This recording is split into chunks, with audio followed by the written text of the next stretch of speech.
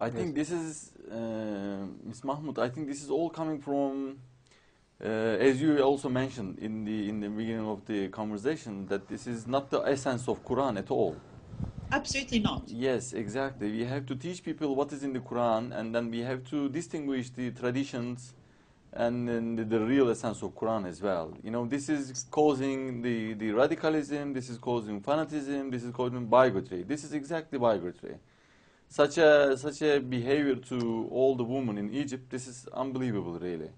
Yeah. You are a Muslim living in UK, you know, Yes. because of this fanaticism, radicalism, and bigotry has already caused a lot of fear of Islam in the West, Yes. you know, and this is and the fact, but actually the radicalism is totally opposed to the morals of Islam, since Yeah. I seek refuge from accursed Satan. There is no compulsion in Islam, Allah says in Yes. Surah Yes. Al-Baqarah 256.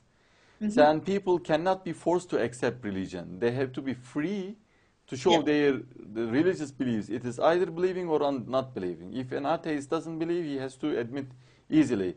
He shouldn't pretend as if he is a Muslim. So this is going to cause hypocrisy. He will be a hypocrite, which in Quran Allah is damning at most.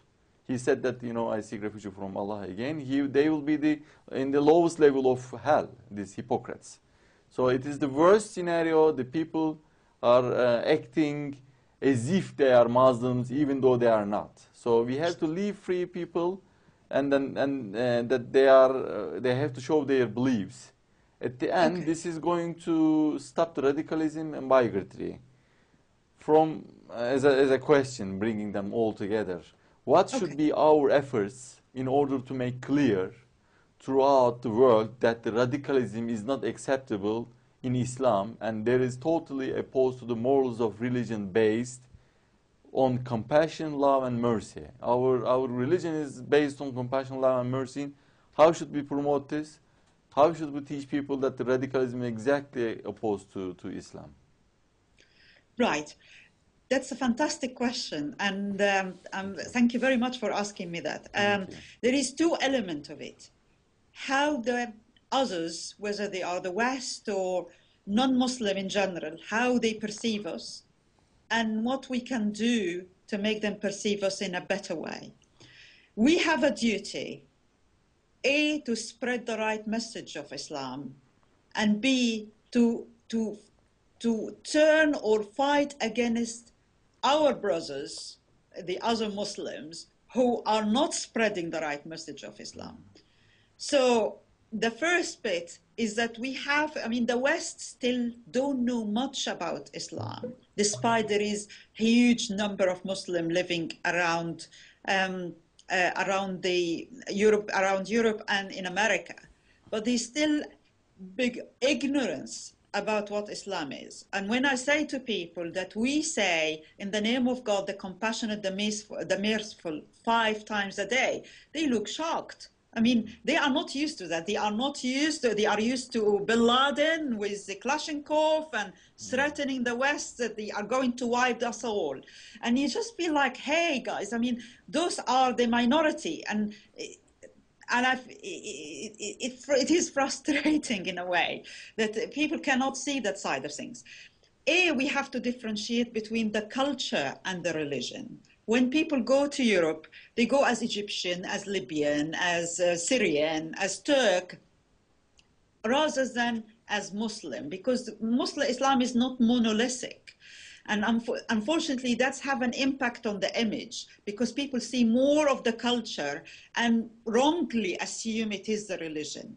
And I feel it is our duty to clarify the difference. So we need more scholars, we need more campaign, we need more clerics from maybe moderate Turkey who spread the message more, who visit Western countries, who interviewed by mainstream media like BBC, CNN, and talk more about specific things.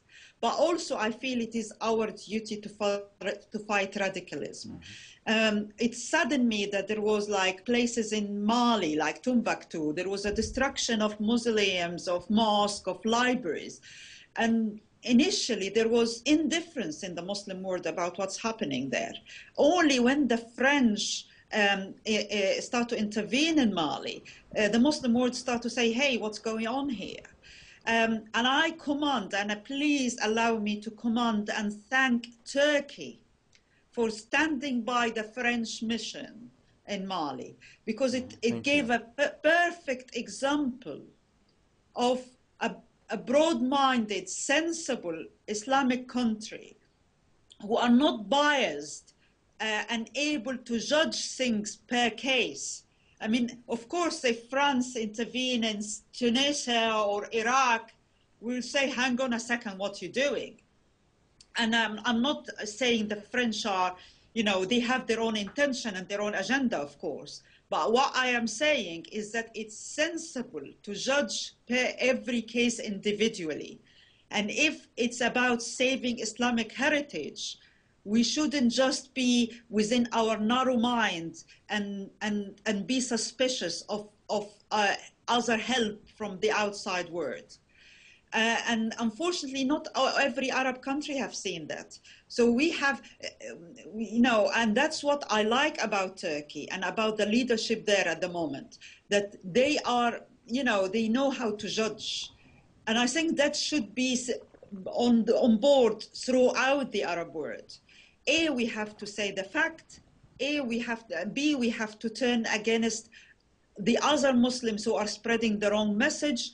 And C, we have a duty to spread the right message of Islam in the Western world in every aspect. Social media, Facebook, Twitter, Google, main media, everywhere. This is now the time, because the problem in the Middle East have an impact around the world. So this is our time to spread the message of Islam. Thank you, really. I really do appreciate about your, you know, flattering, you know, compliments about Turkey as well. This is what we are trying to do in these shows, that we are trying to show the being a role model, modern, how to be a modern and then Muslim, and we are trying to fight radicalism. And we also congratulate you that, you know, you are doing a good job in your blogger. You know, you are a very modern, attractive, and self-confident Muslim woman, and then you are doing really great job, like we are trying to do here. You know, you are being a nice role model example. A lady can be very intellectual like you, but still be a Muslim, and then, you know, she can still practice the Muslim. So this is, I think, the best way to fight for the radicalism. Inshallah. Thank you so much.